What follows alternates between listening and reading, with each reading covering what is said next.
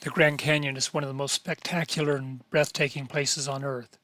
Created by millions of years of erosion by the Colorado River, it not only overwhelms because of its immense size, but also because of the unfathomable amount of time involved in its evolution.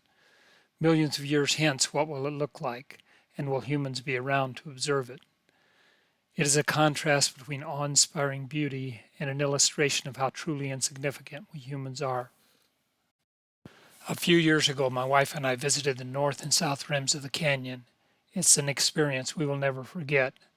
We begin the slideshow at the south rim.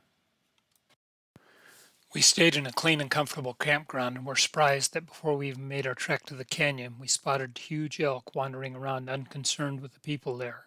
I was impressed with this guy's ability to use his antlers to help him forage. The south rim is a more developed and visited side with shops, lodging, campgrounds, restaurants, guided tours, and buses. It is also crowded.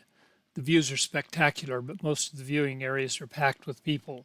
You have to wait your turn to get an unobstructed view. We were able to drive away from the developed areas, hike-aways, and find beautiful views without people.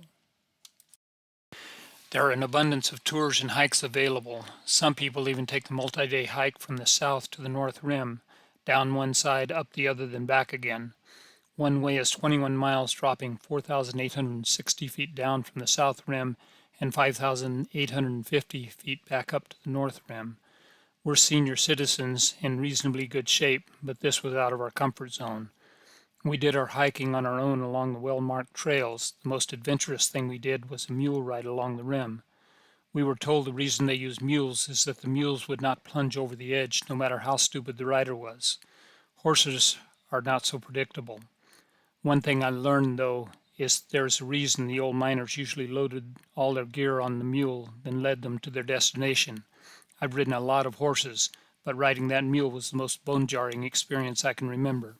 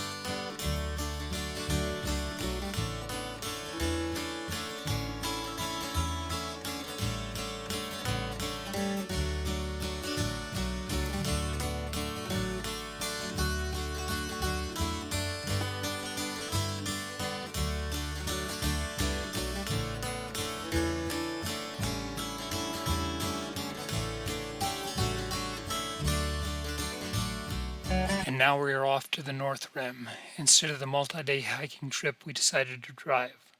Although it was a 4-hour drive and over 200 miles, I'm sure we made the right decision. Several miles before we got to the North Rim campground, we began to see undeveloped pullouts with short trails leading to spectacular views. We were able to walk out on the granite boulders, look down into the canyon. There were no guardrails, so caution was required, but for us the best part was there were almost no people to obstruct the view. We were able to enjoy the view and take many pictures.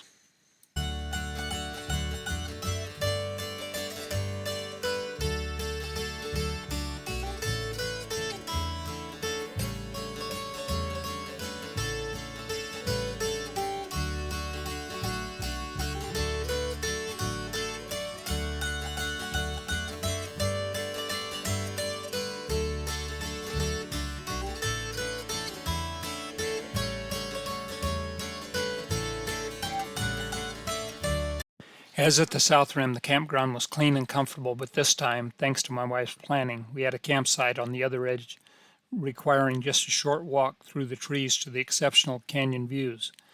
We made many trips out at all times of the day and evening to see the colors change and the clouds and shadows move. We couldn't have asked for a better way to experience the canyon. There is a small store and gift shop adjacent to the campground, and of course, in addition to restrooms and showers, there is a laundromat. There's a trail leading directly from the campground to the lodge and dining room. At the lodge is the only viewing area with rail fencing. There were beautiful views here, but not any better than the open views by our campground. As you may have guessed, we preferred the North Rim. We liked getting away from the crowds and having unobstructed views. In fact, we liked it so much going back this year. I hope it hasn't changed too much.